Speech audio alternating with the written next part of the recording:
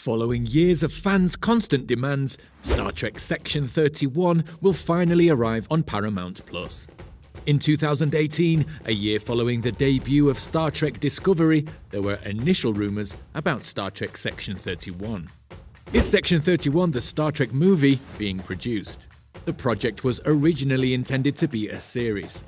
In 2019, it was placed into development. However, Variety revealed in April 2023 that the program is now a feature film.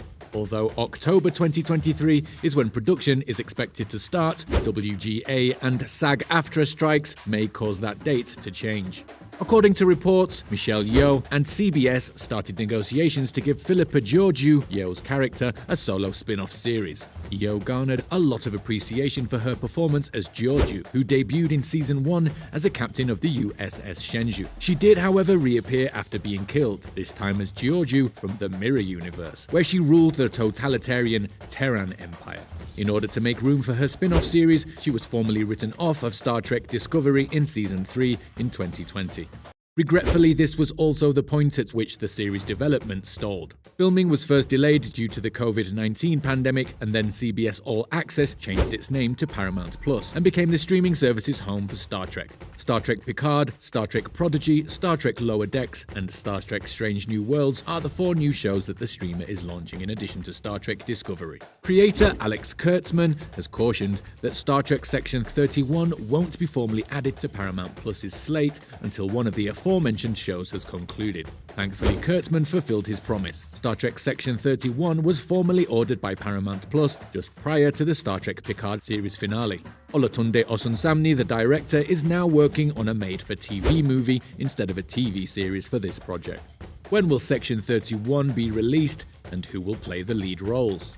Star Trek Section 31 does not yet have a definite release date. That might not be too far off though, since filming is expected to start this year. We might get a 2024 release date, depending on when shooting starts and ends. A 2025 release date would make sense though, given all of the ongoing Star Trek initiatives. Yeoh will be reprising her role as Georgiou, as stated in Star Trek Section 31. Yeoh will continue to star in the project despite its current development as originally intended. Ultimately, the initiative commenced with Yeoh's proposal to CBS regarding Georgiou's spin-off.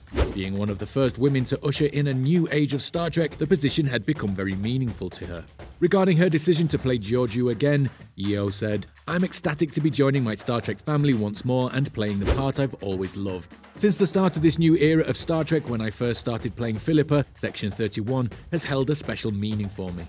In a year that has demonstrated to me the amazing power of never giving up on your aspirations, seeing her finally receive her moment is a dream come true. Until we can tell you what's in store, we hope you have a long and prosperous life." Yeoh is the sole cast member for Star Trek Section 31 who has been officially announced.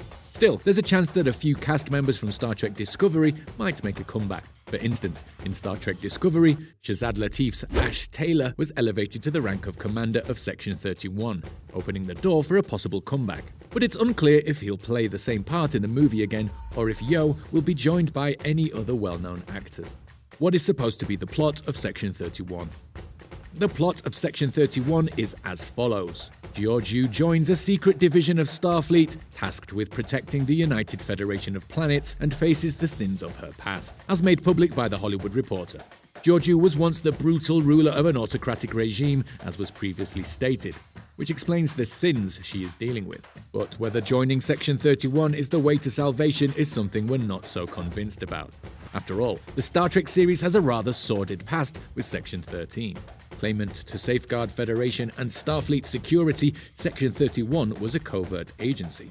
Even though it is regarded as a component of Starfleet intelligence, Section 31 is mostly underreported and outside the purview of the Federation. This implies that the small group of people who made up Section 31 could handle threats primarily using their own judgment without being held responsible for taking more drastic action. Therefore, while Section 31 may not always be an evil group, it certainly has some dubious morality. Occasionally, the group came to the conclusion that in order to neutralize a threat, heinous crimes like murder and even genocide were acceptable.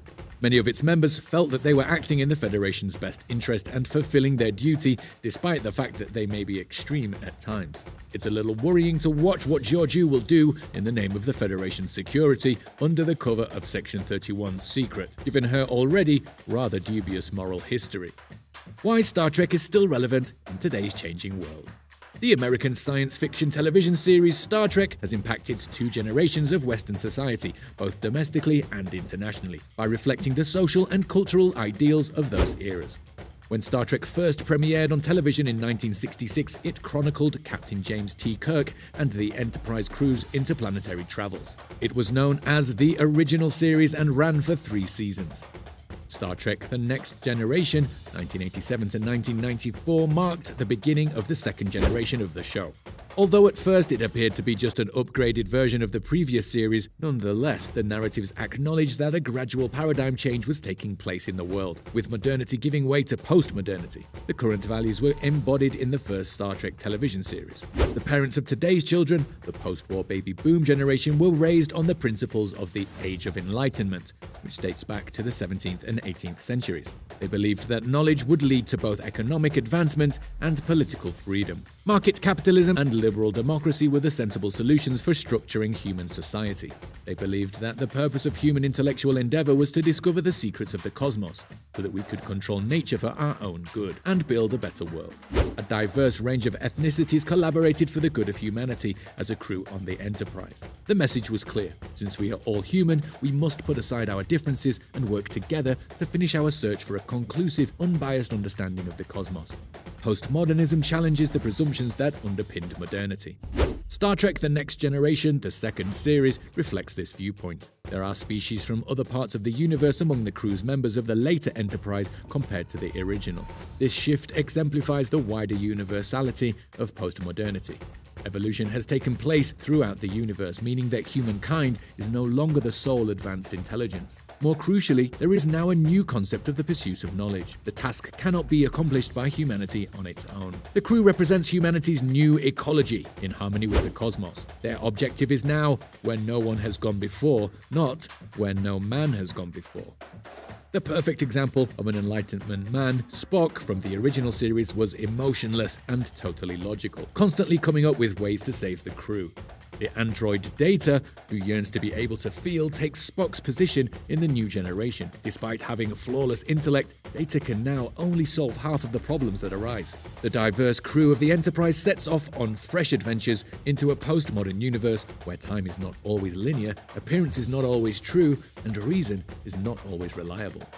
In light of the current shift in our society from modern to postmodern, Star Trek serves as a helpful analogy. The next generation's postmodern worldview has affected the environment in which the emerging generation has been raised, rather than the original series' dedication to Enlightenment values. The rejection of the Enlightenment idea of truth lies at the core of the postmodern critique of modernism. Postmodernists believe that knowledge is made up of viewpoints, hidden metaphors, and our own creations. They see the world as being profoundly fractured. Are you a fan of Star Trek? What is your take on the upcoming movie Section 31? Do let us know your thoughts in the comments section. For more interesting stories and updates, subscribe to our channel and do not forget to press the bell icon for notifications.